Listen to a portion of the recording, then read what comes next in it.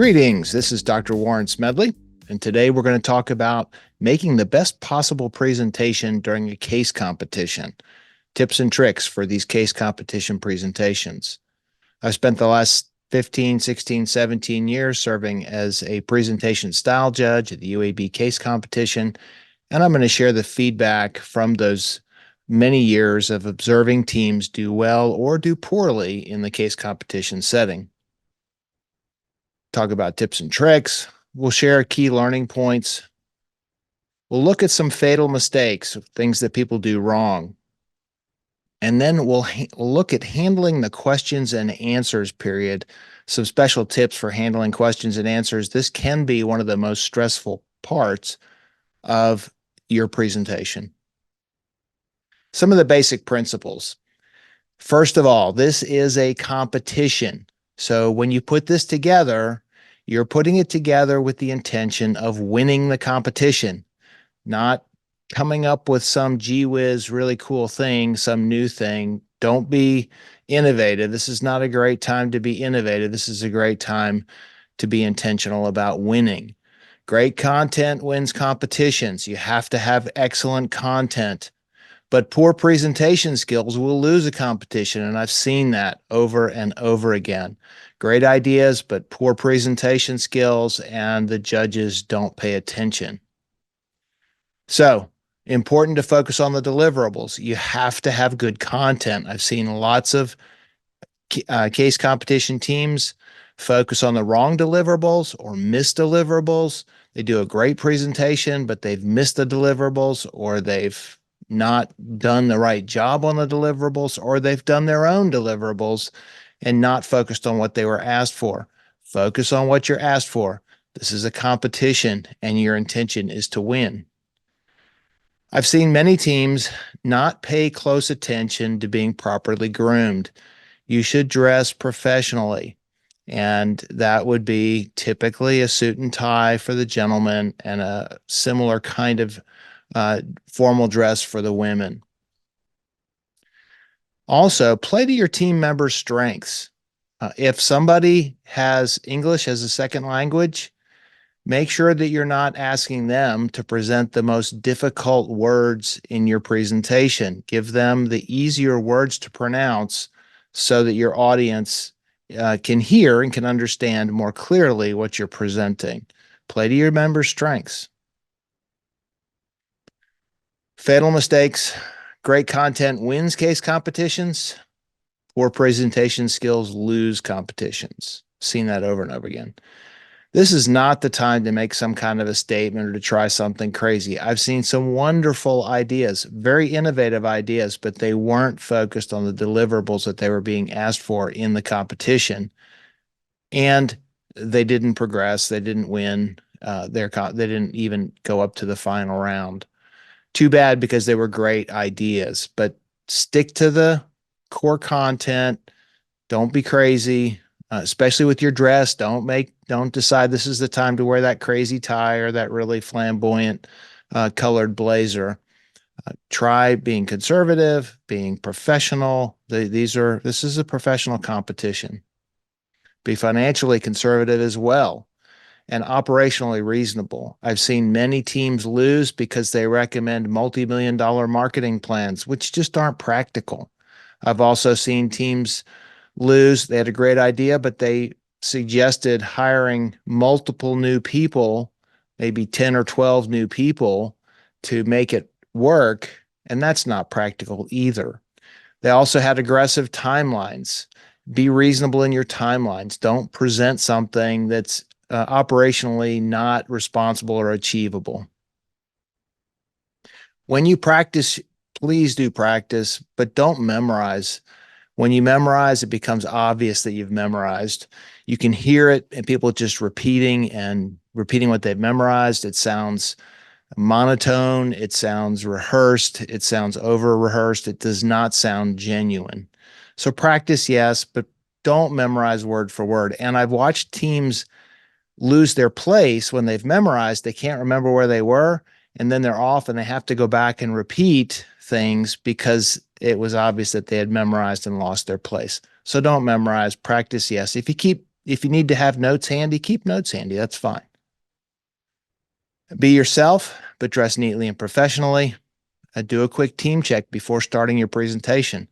I've seen lots of teams come out and begin their presentation and somebody's hair sticking out to the side, or their tie is crooked, or they've got something else that clearly isn't what they would want in terms of their appearance.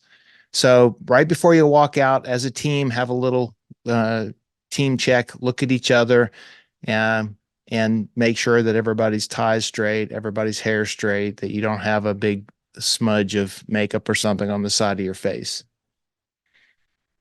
The best posture: stand straight with the arms at your side. This is probably the hardest thing to do. And there are differences of opinion here as to what the right body posture is. If you go to YouTube, you'll find lots of people recommending lots of different things, but almost universally, everybody recommends standing up straight, plant your feet firmly on the ground. Don't be wandering all over the place. You're going to want to, for the most part, stand still, stand up tall, shoulders up straight, and your back straight, arms at your side. Now, this is one of the most difficult positions. It doesn't feel natural. It feels strange, but it would look something like this. I couldn't find a perfect picture, but arms at the side, shoulders up. This individual is smiling and standing square. You'll see people frequently recommending that you fold your hands in front of your waist. In fact, this picture comes from somebody who was recommending that, but look at the picture closely for a moment. Her body posture is tight. She looks uptight. She looks tense. She looks nervous. Her face looks nervous. And I strongly disagree with that. I think the best possible posture is to stand up straight, arms at your side, and smile. Now, that doesn't mean you can't move, doesn't mean you can't use your hands for gestures. Absolutely, using your hands for gestures is very acceptable and appropriate. But when you move, it has to be purposeful. Don't rock back and forth. Don't wiggle your hands. Don't stick your hands in your pocket and flip your change. Don't do things that communicates, I'm nervous, to people. You're going to be nervous. That's normal. But don't communicate it with your body posture. When you get up, never apologize for being nervous. Now, this doesn't usually happen. I don't usually see teams do this, but it has happened in the past. People say, I'm sorry, I'm nervous. I was late because of traffic or because of a plane or weather or something, and they're all flustered. Don't do that.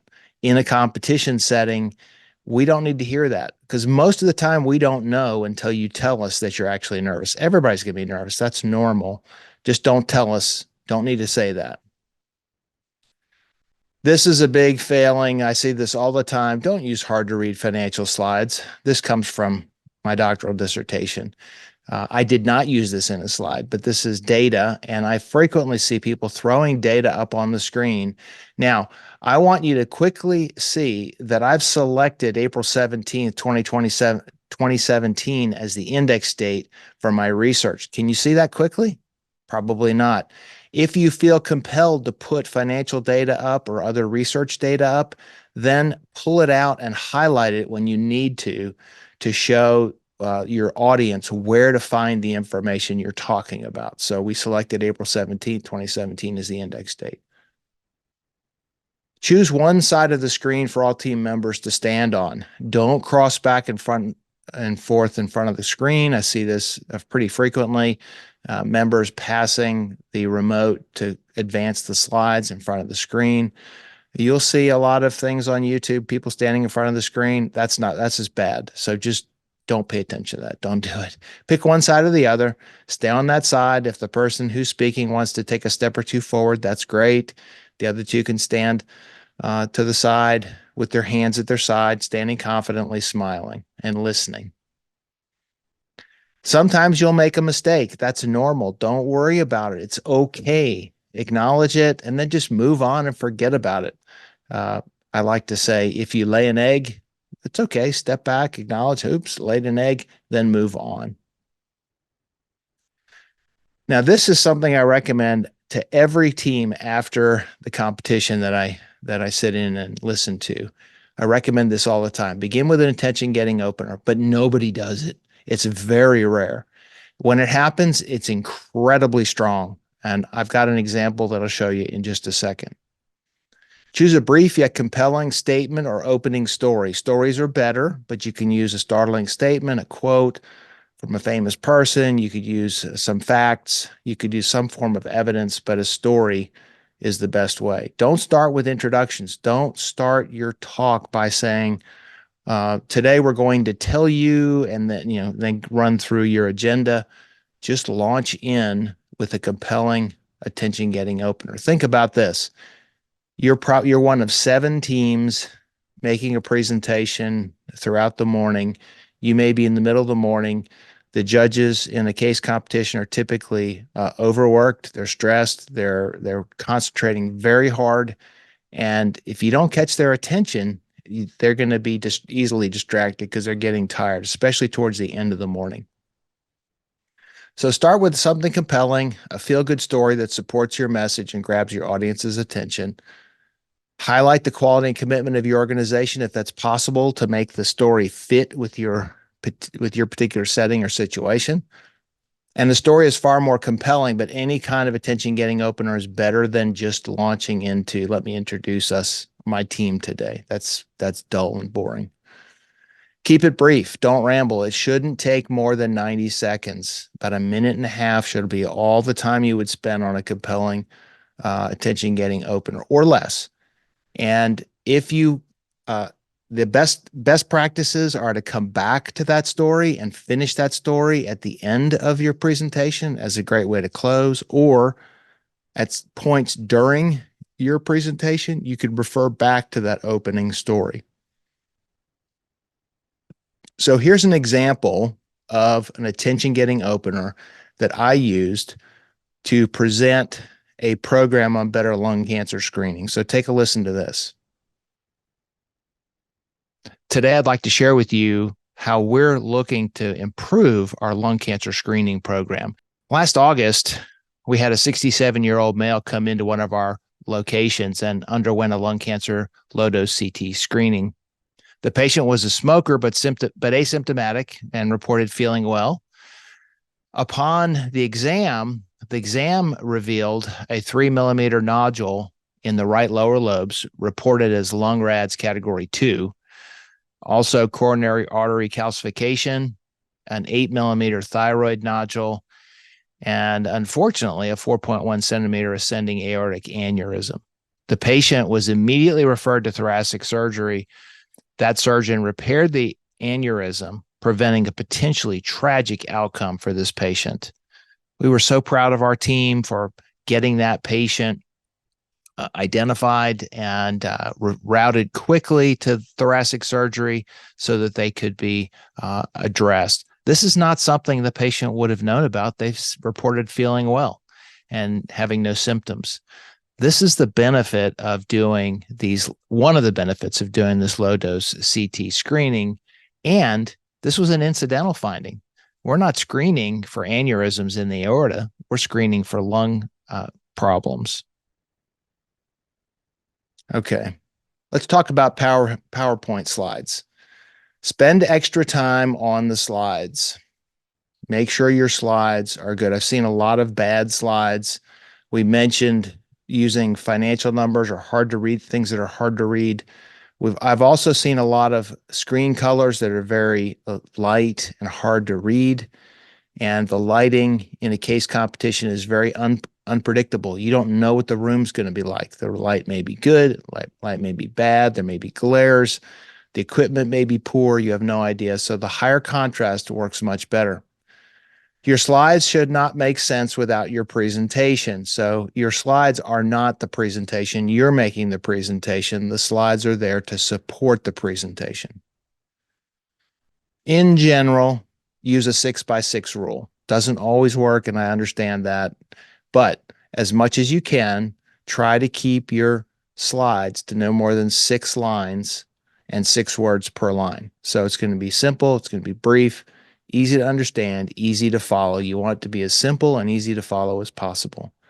Use high contrasting colors, make them simple. Don't overwhelm people with color. Don't make the color so subtle that it's hard to tell what you're trying to get people to focus on. Use animations to highlight important facts, like I showed previously on the data. Highlight the things that need to be highlighted.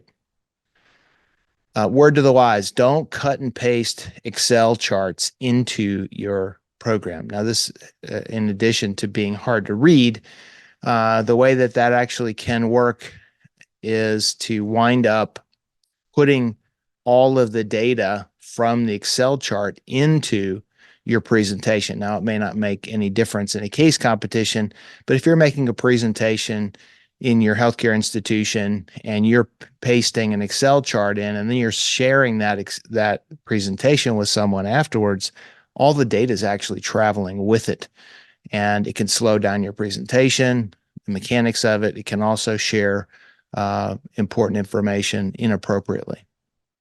Use PDF handouts to support the details rather than trying to show people on the screen. And if you need some help, I found this particular YouTube channel to be very helpful. PowerPoint presentation tips. Lila Garani, she's very good. You can find her on YouTube.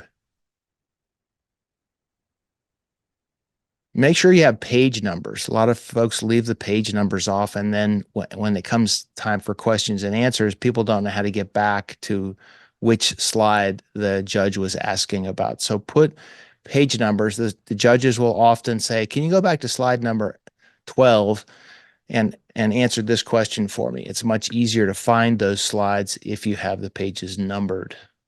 A best practice is also to have some kind of timeline or progression showing where you are in your presentation.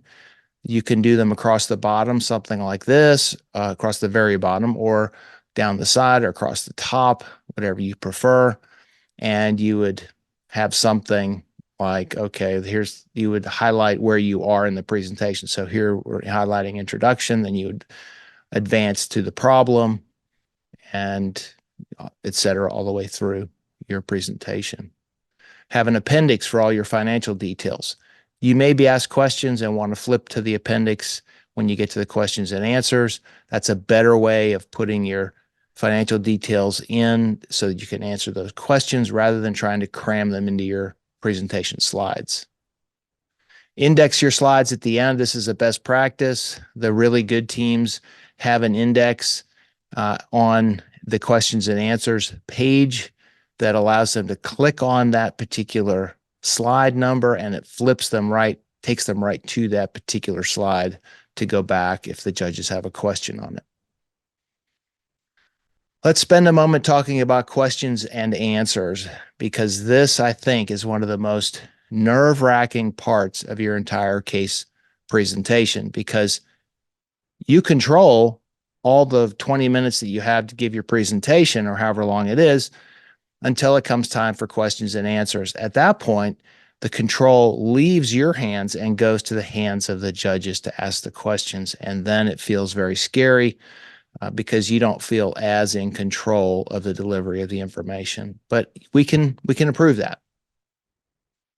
So when you start, you've come to the end of your presentation. I like to start this way. Who has the first question? Now, when you start it, you'll say, we have 5 minutes, 10 minutes, 2 minutes for questions and answers. Who has the first question? I like to raise my hand to indicate how people should let me know who has a question. So I would raise my hand and say, who has the first question, to sort of role model. Then you listen. When the question comes, it's okay to take time to think about it. A good way to give yourself a little bit of extra time is to repeat or paraphrase the question to make sure you understand it correctly.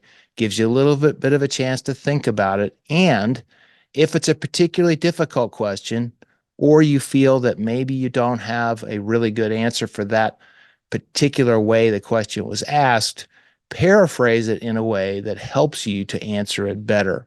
You'll hear this on political debates all the time. Someone will ask a question, the political candidate will repeat the question, but they'll paraphrase it in a way that allows them to answer it to their advantage. And if you paraphrase it and the person asking says yes, then you answer it the way you want to answer it that way.